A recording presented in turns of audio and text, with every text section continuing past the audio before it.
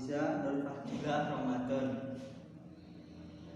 Ahmad Ramadan Gandhi, Dir Andi Sobakuya, sakit.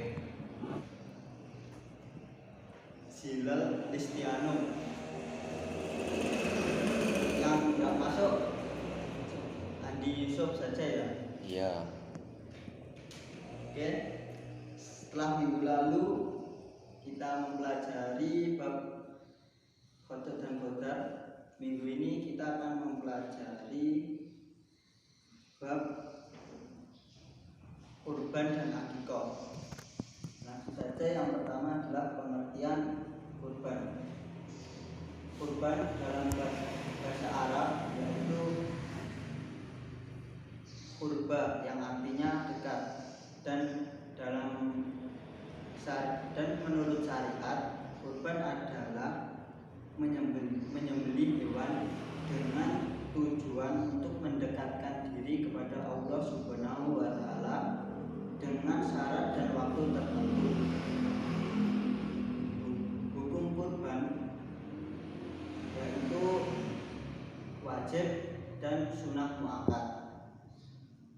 Alasan yang berpendapat wajib adalah firman Allah Subhanahu wa Ta'ala, Quran surat Al-Kautsar ayat 1 sampai 2 yang berbunyi, Inna a'toinakal kautsar fasholli lirabbikal wanhar, yang artinya sesungguhnya kami telah memberi engkau akan kebajikan banyak, sebab itu sembahkanlah engkau pada hari raya karena Allah dan menyembelih kurbanmu. Sedangkan alasan ulama berpendapat bahwa kurban itu sunnah muakkad, yaitu berdasarkan sabda Rasulullah Sallallahu Alaihi Wasallam, yaitu umirtu binafri wa huwa sunnatu la'alakum, yang artinya aku perintahkan berkurban dan berkurban itu sunnah bagimu. Seterusnya ketentuan hewan kurban.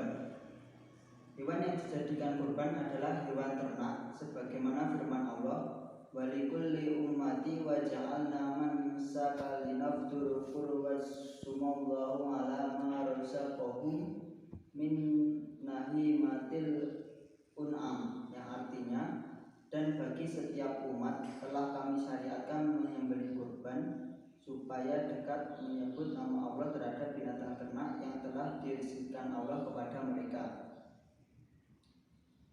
Hewan yang dimaksud di sini seperti unta, sapi, kerbau, kambing maupun domba. Adapun syarat dari hewan-hewan tersebut sebelum dikorbankan yaitu yang pertama cukup umur, yang kedua tidak cacat, dan yang ketiga milik diri sendiri. Ketentuan cukup umur pada hewan-hewan tersebut, yang pertama domba, umurnya sekurang-kurangnya yaitu 1 tahun. Kambing biasanya sekurang-kurangnya berumur juga 1 tahun. Unta sekurang-kurangnya berumur 5 tahun, dan sapi atau kerbau sekurang-kurangnya berumur 2 tahun.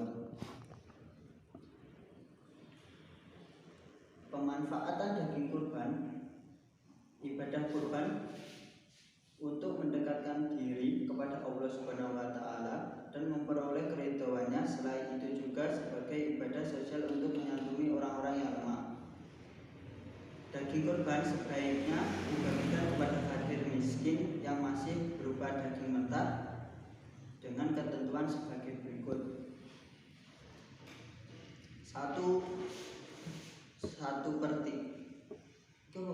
1/3 ya macam ini.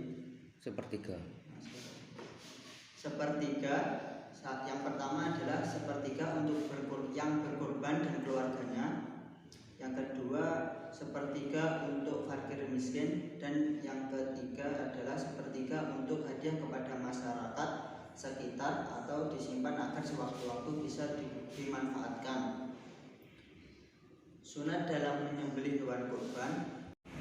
Yang pertama adalah melaksanakan sunah-sunah yang berlaku seperti menyembelih pada umumnya, seperti membaca basmalah, membaca sholawat, dan menghadapkan hewan ke kiblat. Yang kedua, membaca takbir. Yang ketiga, membaca doa sebagaimana diajarkan oleh Rasulullah SAW, yaitu Allahumma taqabbalu minal Muhammadi wa ali Muhammadi wa min umilatil Muhammad. Dan yang keempat, yaitu orang yang berkorban atau yang menyembelih adalah orang yang berkorban menyembelih sendiri hewan korbannya. Jika ia mewakilkan kepada orang lain, maka disunatkan hadir ketika penyembelihan tersebut. Hikmah korban dibagi menjadi 3, yaitu bagi yang berkorban, bagi penerima daging korban, dan bagi kepentingan umum. Bagi orang yang berkorban, hikmahnya antara lain menambah cinta kepada Allah Subhanahu wa taala, kedua menambah keimanan dan ketakwaan kepada Allah Subhanahu wa taala, ketiga menunjukkan rasa syukur kepada Allah Subhanahu wa taala, dan keempat mewujudkan tolong menolong, kasih mengasihi, dan rasa solidaritas. Manfaat bagi orang yang menerima daging korban, yang pertama menambah keimanan dan ketakwaan kepada Allah Subhanahu wa taala, dan yang kedua bertambah semangat dalam hidupnya. Dan hikmah bagi kepentingan umum, yang pertama memperoleh tali persaudaraan karena ibadah kurban melibatkan semua lapisan masyarakat, menumbuhkan dan meningkatkan kesadaran beragama baik bagi orang yang mampu maupun kurang mampu. Lalu yang selanjutnya yaitu pengertian akikoh. Pengertian akikoh dari segi bahasa berarti rambut yang tumbuh di kepala bayi. Sedangkan dari segi istilah adalah binatang yang disembelih pada saat 7 hari atau kelipatan 7 dari kelahiran bayi, disertai mencukur rambut dan memberikan nama pada anak yang baru dilahirkan. Hukum akikoh hukumnya sunnah bagi orang yang mempunyai kewajiban menanggung nafkah hidup si anak. Jenis dan syarat hewan akikoh. Akikoh untuk anak laki-laki yaitu 2 ekor kambing, dan untuk anak perempuan yaitu 1 ekor kambing. Adapun binatang yang dipotong akikoh, syarat-syaratnya seperti binatang yang dipotong untuk kurban. Waktu penyembelihan akikoh dilakukan pada 7 hari dari kelahiran anak. Jika hari ke-7 telah berlalu, maka hendaklah menyembelih pada hari ke-14.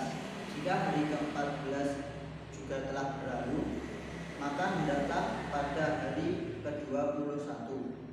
Hal ini disebutkan dalam sebuah hadis Rasulullah yang artinya akikah disembelih pada hari ke-7, ke-14, dan ke-21. Dan yang terakhir adalah hikmah akikoh. Hikmah akikoh yang pertama yaitu merupakan wujud rasa syukur kepada Allah Subhanahu wa taala atas segala rahmat dan karunia yang telah dilimpahkan pada dirinya. Yang kedua, menambah rasa cinta anak kepada orang tua karena anak merasa telah diperhatikan dan disyukuri kehadirannya di dunia ini. Dan yang terakhir adalah mewujudkan hubungan yang baik dengan tetangga dan sanak saudara yang ikut merasakan gembira atas kelahirannya seorang anak tersebut karena mereka mendapat bagian dari akikah tersebut. Baik, dari sini apakah ada yang bertanya? Belum. Kalau nggak ada yang bertanya, dibagi menjadi 2 kelompok, absen 1 sampai 2, kelompok 1 dan seterusnya kelompok 2. Kelompok 1 membahas pengertian kurban dan hukum kurban, dan kelompok 2 membahas pengertian akikoh dan hukum akikoh. Jika sudah selesai bisa dipresentasikan. Dari kelompok 1 silakan.